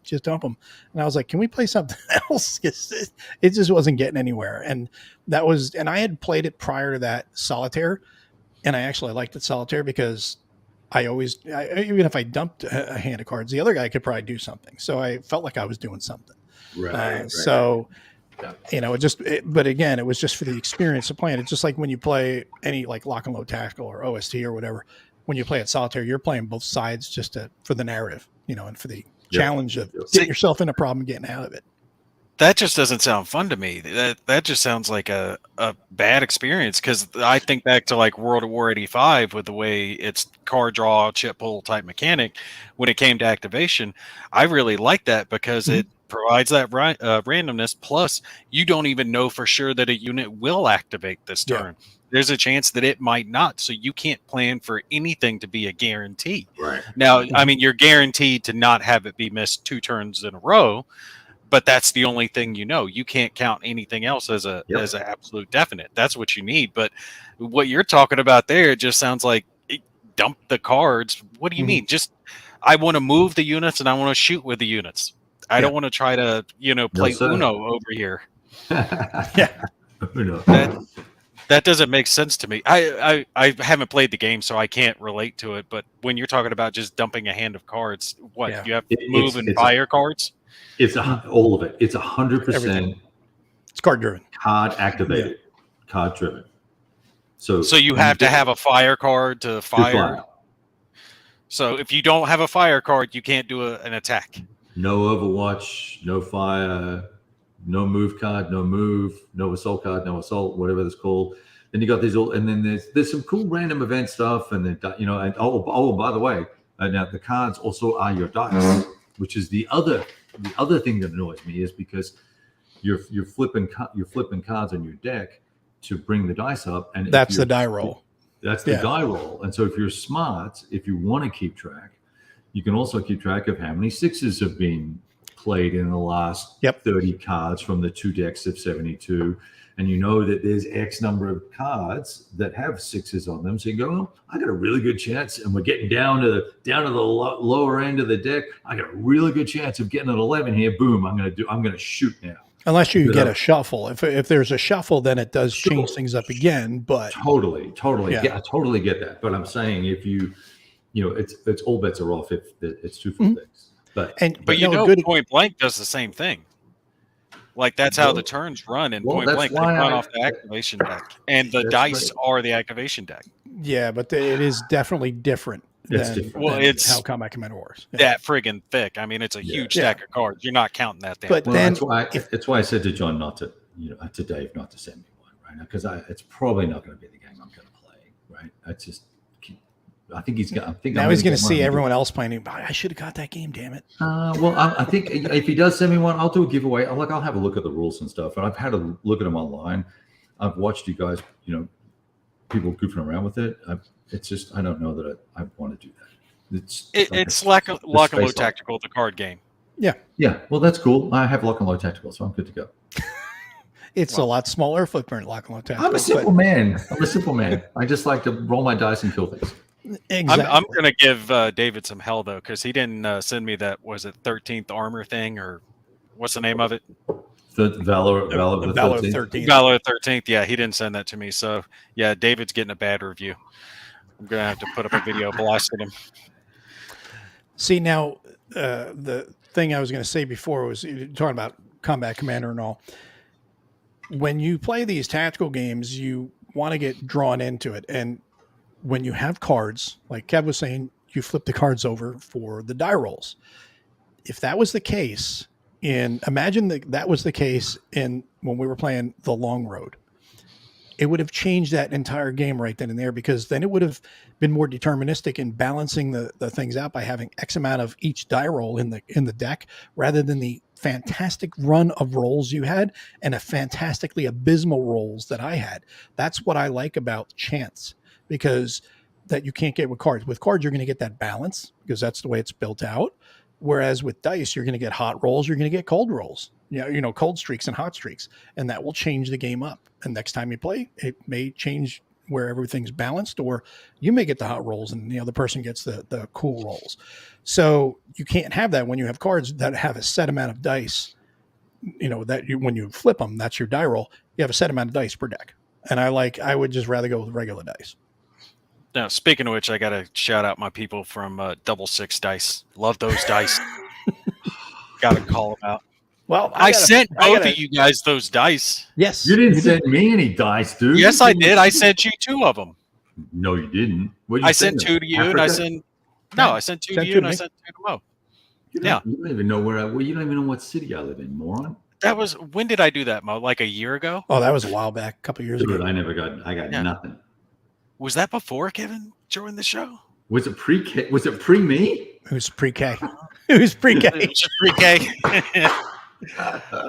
If you want a couple, I'll send you a couple of those. I'm telling you, I'm trying to talk the guy into making Gravity Double Six dice. If he makes those, I will never use another set of dice. That would be the perfect dice, bar none. Because I like the Gravity die. I like the metal Gravity die. But if they were Double Six, they'd be perfect. Yeah. One of these things, that's a good point here about cards. I don't like cards necessarily in my tactical games unless they're minimal. Like Holden's talking about here. You can have that one card or maybe a couple cards that you need to hold on to, but not a full hand. Because when a tactical game, you might want to have that something that's going to give you an advantage, just a slight advantage, whether it's a reroll or whatever, just to get yourself out of trouble. One time. It's a one-time use thing, a mulligan or maybe a +1 or whatever. And it's varied. You have a whole deck of cards. You each draw one, and that's all you got. So you're wondering, what does he got? I don't know. What do I got? Oh, crap. This doesn't do anything for me. Hey, them's the breaks. That's the way it works. See, I don't mind those OST cards, but I kind of think there's not enough of them, right? I pull one. I was like, okay, well, when am I going to use that? And that's not very exciting. I often will just say, take one every other turn, or take one when you use it, pull another one, do something like that. Because I think it does add some randomness to the game, because it's got that command point system that can be hugely variable, right? From 2 dice to 4 or more dice, and that's your action points and activities and stuff like that. That will be very interesting to see how that applies to the modern world, actually. But that's a cool way to build tension, randomness, and tension into the game. Yeah, it's what Ed said. He didn't like Warfighter because of that. Jesus, what a train wreck that game is. I thought it was fun for what it was. Jesus. It was fun. The modern one? No, the modern was kind of a train wreck, but the World War II one was pretty solid. Yeah.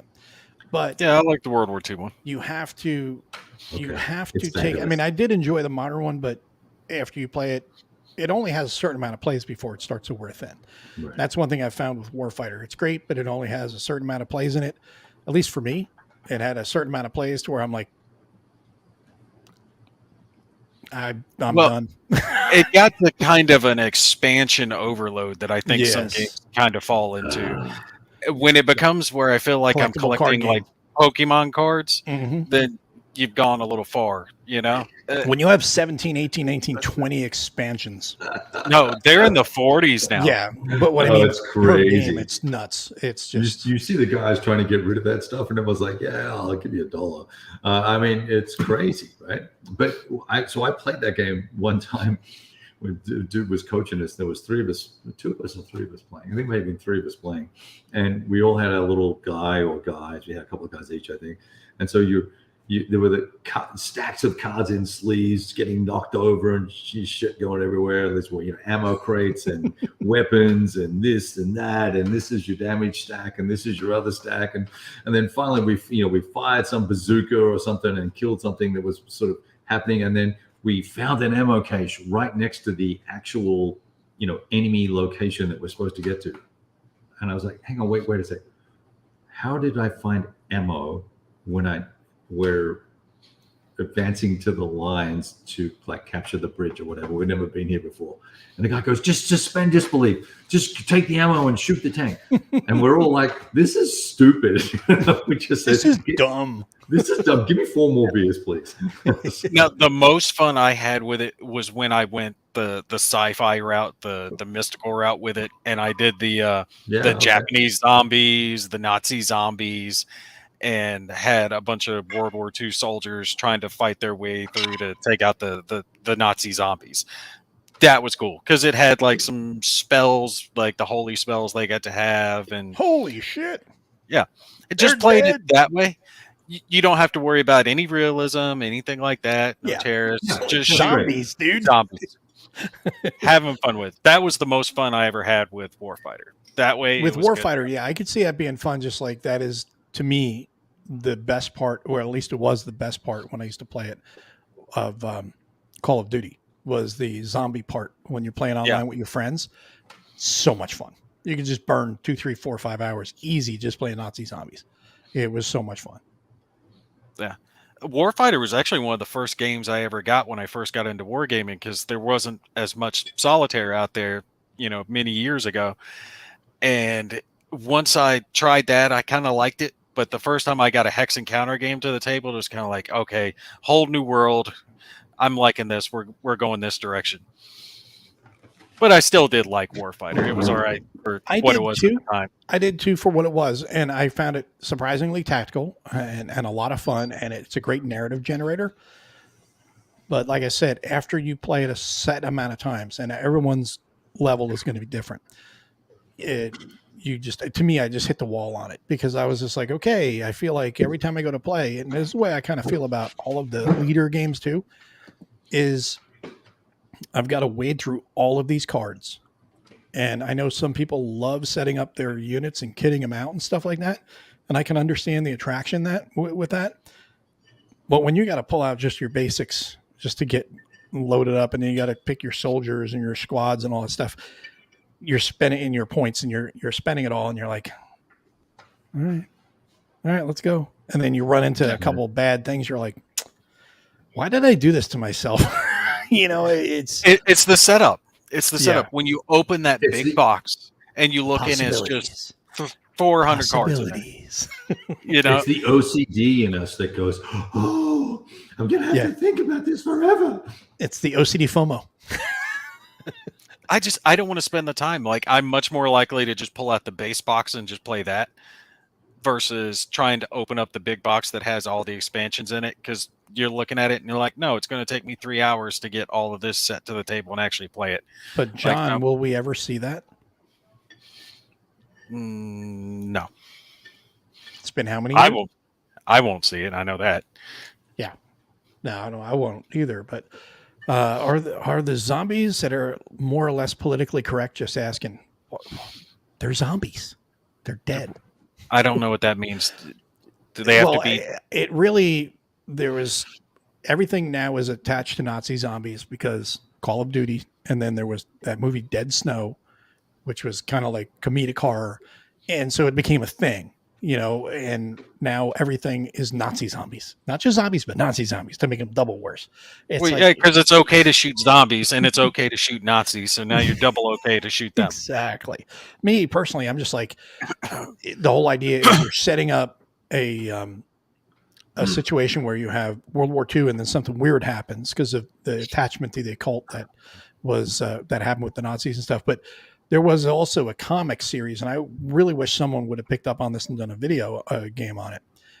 68, it was called. It was a short run comic, like two comics or something like that. It was like a graphic novel almost. And it was really cool because it was set in 1968, Vietnam. The zombies were starting to come up out of the jungle in Vietnam, and these guys were trying to fight and kill them. And the way it was done, it turns out, I think at the end of the story or something like that, this guy was writing home to his sister, Barbara. So it tied into Night of the Living Dead. So I was like, that was kind of cool how they did that. This guy is half a world away and he's fighting a war, and then these zombies show up. And then I think he was writing a letter to his sister, Barbara, and it was Barbara from Night of the Living Dead. I thought that was pretty cool. Nice little tie-in. 68 Jungle Jim.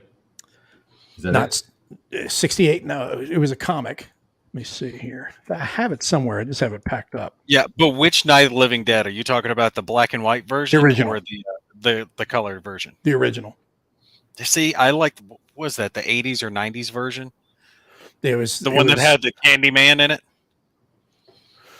Oh yeah. The remake with what's her name? Patricia Tallman from Babylon 5. I don't that know one. That one was. You've never seen Babylon 5? Yeah, I never got into it. Oh, you've seen Bab 5, right, Kev? A little bit. Just a little bit. Oh my god! All right, yeah. Everybody in the audience, speak up. What do you think of Babylon 5? Fantastic, because it has a story from beginning to end. For all 5 seasons, it's all one story, along with side stories and stuff. But it's all one overarching story, and I thought that was really great. But yeah, I'm just saying the remake of Night of the Living Dead was the better one. Now, yes. I don't like black and white. They did a really, really good job with it. And plus, I mean, the Candyman guy, I mean, it can't be beat. I mean, kicked ass in that movie. See, that's the thing. If you have to remember, when I saw Night of the Living Dead, when Kev saw Night of the Living Dead, we were younger. And we didn't have the new one yet. Those were the things that started it off.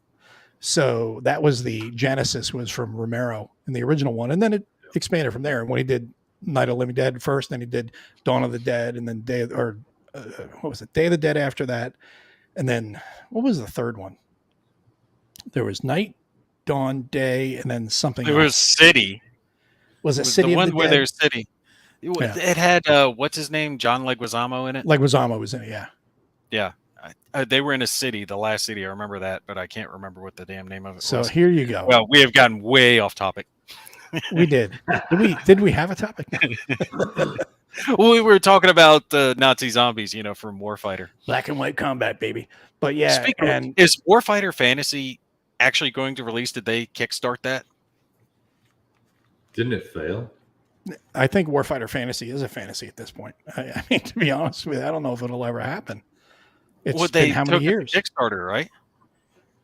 I don't know if it ever did go to Kickstarter. That's to the cloud. Let's go look. Well, they've got the stuff. What it did. They pulled it, didn't they? They had the files, I know, because they sent me the digital files back when Dan was still at DVG. Yeah, because I did a video talking about it. Kind of giving not at DVG anymore.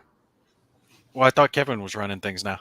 Well, he might be running it, but I mean, I would expect that Dan is still there. Let's see. Warfighter. I hadn't heard from him. There's a Warfighter Fantasy. Warfighter Fantasy. $104,000. Ooh. So they did fund. Yes, they did. When does it say it's supposed to release? Well, we're going to have to go down and see where the first update was, because I don't even know when it actually funded. August 22. Yes, Kabuki, you're right. Dawn of the Dead. September 29th, 2020 is when it funded So it's in 23 minutes. So it funded in 23 minutes as of September 29th, 2020. So we are 2 years in. As of August 2nd, years. it's still not done. Yep. No shit. Which They means had it hasn't- everything ready. The cards just need to be printed. No, that's not what we're seeing here. It says game mechanisms are being hammered down into a finely sharpened alloy of cardboard and iron. The rules are done. Yeah. It's Warfighter. It's supposed to be interchangeable with the current Warfighter, right?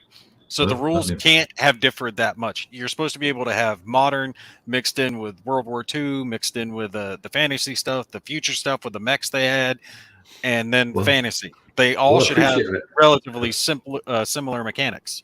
I appreciate your opinion, Gimpy, but you're wrong. Just according to this is the 2nd of August. Is like we're still dicking with the rules. In fact, there's a copy of the rules online that we can see here. Was that exactly their update? Well, I'm paraphrasing, but it says the game, ish. So there you go. So I think there might be some change. But here's a link to everybody. They can all look at the rules. I'll copy that link and post it up in the chat. And you can go look at it and see if it's the same. That's just sad because Warfighter Fantasy was the one I was always really excited about. I really wanted to see them bring that one to life. Actually, better get on that Kickstarter before they close it. That's not going to happen. But yeah, it's whoa. They want more money. Is that? Oh, there we go. That's the delay right there. Yeah. You made Dan cry. Yeah. It's all good. I didn't make anyone cry. I just spoke some truths they didn't like. Probably you made your little girl cry before, so there's a precedent. No, she was crying for me. She was scared of the big bad mommy. She loves daddy. She's actually mad at me because my youngest, the baby, was out here a few minutes ago. She actually has been glomming onto me a lot, becoming a daddy's girl, and the wife's been giving me hell. Like, no, she's our last baby. She still needs to be clung to me. You stay away. Wow. Sorry, my kids love me, hon. Can't help it. Friction in the Gimpy house.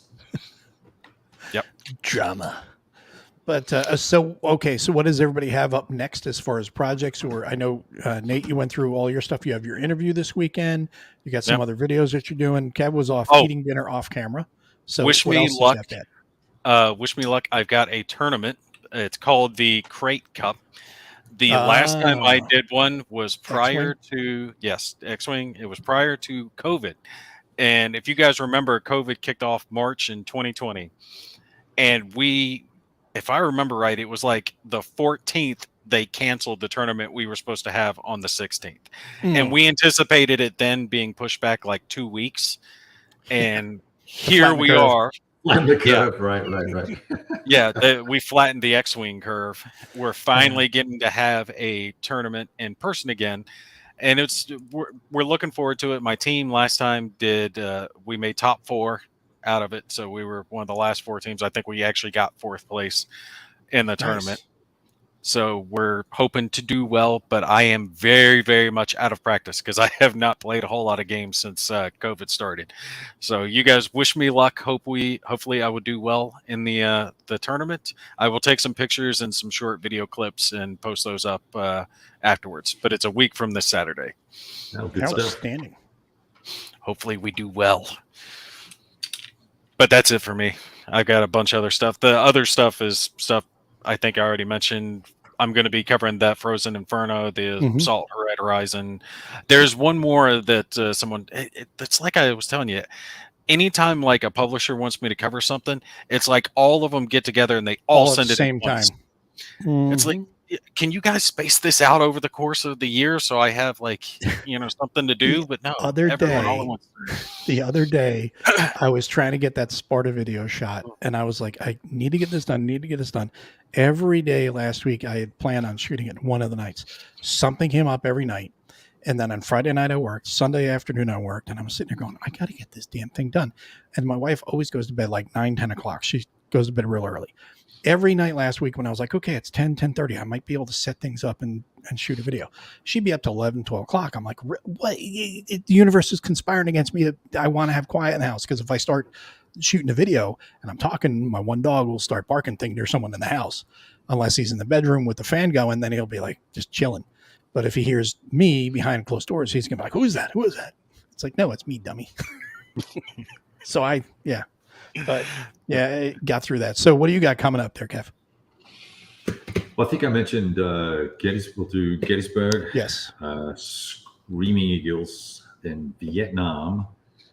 Got an interview with the Gallipoli guys at some point soon. And I'm having a cool lunch with a wargamer from Corpus Christi. So he's coming up to San Antonio. So we're going to get together and have a dinner. He and his wife and myself. Yeah, dinner date. Yeah, with wives. So it's going to be like couples. So we two guys in the corner talking war games. And, but he's an interesting chap. So we'll do that. And then I've got I am way behind on writing up stuff. So we'll just work on that. Yeah. 5 games behind type of thing. Well, I was finally able to catch up. I have about 7 videos that I hadn't even edited yet.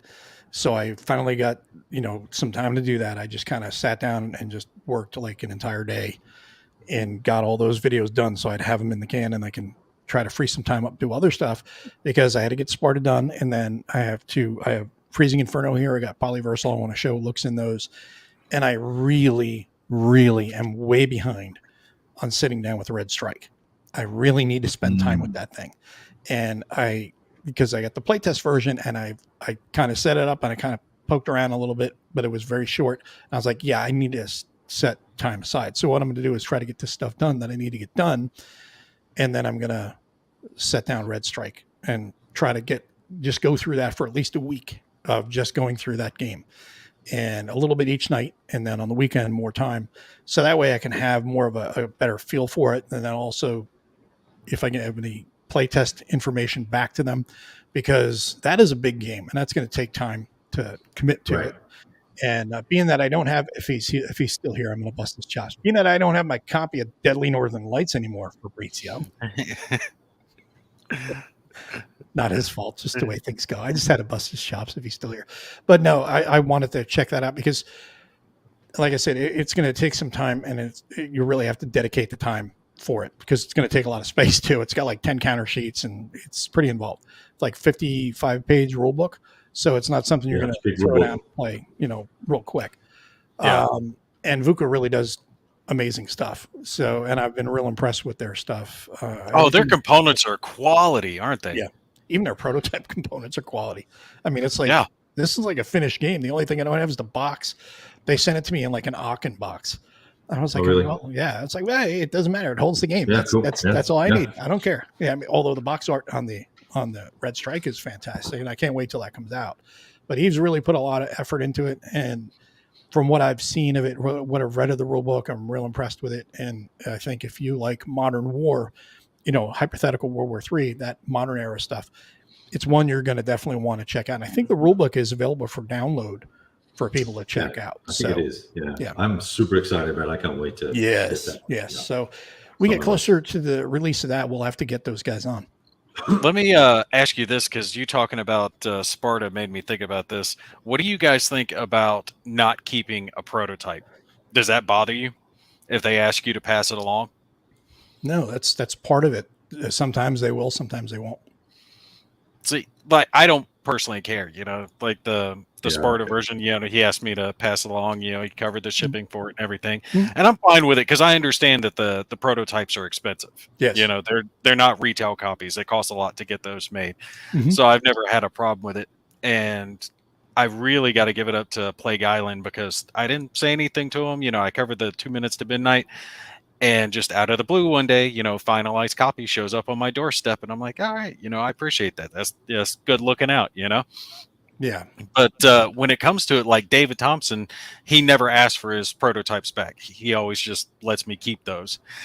And I always kind of happy about it because his prototypes are so close to the finalized version that it's almost like having 2 copies. So a lot Mm-hmm. of times I end up doing a giveaway and send someone the prototype. That's what I ended up doing with Resist, but that was a deck of cards, so it was real easy to have it be Right. a giveaway. So I don't know. I just didn't know if you cared or not about it. No, I mean it's their prototype, and if they want me to send it on, that's fine. If not, then that's fine too. Now I can tell you with the Most Fearful Sacrifice, when I got that prototype, and that was on a very short turnaround, the clock on that was really, really tight. Mark just contacted me and says, "Hey man, can you do a video on this, a preview of this?" And I'm like, "Okay, when's Kickstarter?" No problem. He's like, 2 weeks. Okay. Do you have the game yet? It's coming. I was like, okay, so we're on a 14-day clock already, and he doesn't even have the game yet, and it's going to get to me. So by the time I get it, it's going to be like 10, 12 days before the Kickstarter or so. Now I got to shoot video, I got to edit video, the whole 9 yards. And I mean, you could have just shot a video and said, oh yeah, here's the game, and threw the video out, but that's not me. I don't do that. So it took more time. But, I sent that off after it was done, and that was like $300. The cost on that. So those prototypes are not cheap. Yeah, they're expensive. Yeah. Yes. So you have to respect the fact that they're making that investment, and whatever they want us to do with them is what we do. So. Yeah, I felt so bad when I broke the Sparta prototype. I just broke one of the pieces, and the little ships. You notice how the little sails on those things? They're nice, but they're thin. Yeah. Right? And I was moving around my little tripod, and I was getting there, and I just set it down, and I hear a crunch, and I'm like, no! Look down, and I just snapped the top off. I was able to get it back on there, but he understood that resin was very brittle versus what the final version was going to be, And the minis are very, very nice. Yes, they are. And it's nice because there's not a whole lot of minis. There's, 6 minis in the game? There's only you have 3 ground troops, 5. No, yeah, there'd be like 12. There's I think 10. They're actually adding more, I think, in the Kickstarter, 15 or something like that. So it's not an important part of the game as far as you can do without them, but it looks so much nicer with them on the table. And and it's not a dudes on a map game where you're like, okay, I got my 3 guys, you got your 5, okay, you win. And no, it's not like that. They're there for ease of seeing where your troops are and stuff. And I think it does add to the presentation quite a bit, but the game itself doesn't need it. It's fun and fine on its own. It's like having a standee versus a miniature. They'll both work the same, but the miniature's going to look better. I will always take a miniature over a standee. Always. Yeah. So they're nice. If you can do the deluxe version on the game, I would, because they do make it easier to see where you're sieging here, or you've got an army attacking over here, especially the ships, all that stuff. It makes it easier to see it. Hey, John, I noticed that you were talking about Polyversal. You got a copy of Polyversal, and you said that you have counters, no miniatures. Polyversal is a miniatures game system, 6mm miniature game system. It does come with counters, and those for the different statuses of your units. That's why you also have those hexes, those giant hexes, the battle group tiles, the combatant tiles. It's a miniatures game. So if you didn't get the miniatures, then all you did was buy the core set without miniatures. The rule set, meaning you probably had miniatures of your own that were you going to use to proxy. I'll tell you what, I think Drop Zone Commander miniatures would probably work well with that game. Should be a close enough size. They're like, I think 10 or 15, something like that. They're a little bit bigger because I have one of the Drop Zone, because I bought this intentionally for Polyversal. I bought one of the walkers. The starter sets? No, I just bought like two packs of walkers. So I got 4 of them, the mechs, and I got them on clearance. I forget where they were. Drop Zone Commander miniatures, because in Polyversal, they will be super heavies because they're going to be bigger than the other regular miniatures. So I was like, yeah, sure. I'll add in a couple extras for a couple bucks, and then I'll just create the combatant tile for it. Okay. I was thinking it was a little bit bigger scale than that. Yep. You didn't buy the minis, but you can still buy them if you want them. But so that's it. And I've got Polyversal, and like I said, the Freezing Inferno, and then got to sit with Red Strike. Donnerschlag. I still have that too. I got to shoot a video on it. I have not shot that video. I have it. I got it from Stuka Joe, and I've not shot a video on it yet, and need to catch up on that. You mean enemy action Ardennes Light? Enemy action are dead and light. You mean Combat Commander East Front? Well, sorry, what were you saying, Jeff? No, I was just saying that I've got 2 minutes to midnight that I need to get under the table. That's one. And I've also got that 1940 Nuck Paris, which I made a start on, but I need to revisit. Well, the other one too is we've got to find out what Mark's doing with that scenario. He said he's gonna build us a scenario, right, for the long road, a 3-player. That'll be cool. Yeah. Just try to give me a heads up so I can take a little time to sit down with it before we. No, you'll be fine. Trust me. We won't gang up on you. Well, Mark will probably be doing like he does. He'll want to join us, drink some beer, and then explain the game as we go, like he did with Kev and I. So it keeps him involved, and he'll be doing like running commentary and explaining the game and the design process and all that other stuff that he was having fun with while Kev smacks the living shit out of me from like halfway across the map. 3/4 of the way across the map. It was really good to be me that night. It was good. It was good. It was fun though. I mean, it was even, a game is good even when you're getting your ass kicked, and it's also the people that you're with. When you're getting your ass kicked, you're still laughing and having a good time. That's what gaming is all about right there. That's what you go for. If you're there to win, get the wrong attitude. So, but so that's pretty much it for tonight. We do appreciate everybody joining us, and we will listen for your comments. I want to hear some comments. Put some down below in the video down below. Things that you'd like to see us cover in upcoming videos, because we want to make sure you're getting your interests covered as well. Not just things we come up with and all and what we talk about during the show, but throw some stuff in there. What you want to see in some future shows, games covered, designers, publishers, whoever, and topics. And we'll work on getting those covered for you guys. Any last words? That sounded so final. I wish they would make pot legal, since I can't drink with you guys. That would be a nice boon for me, but I don't see that one happening anytime soon. Yeah. On that note, have a good night, everybody. We will see you on the next one, and listen for when we're going to announce that game we're just talking about, where we played a long road, all three of us with Mark Walker. We'll post that up on the channel, and we'll get a live play here soon. You guys will get to enjoy that. Have a great night, everybody. We'll see you next time.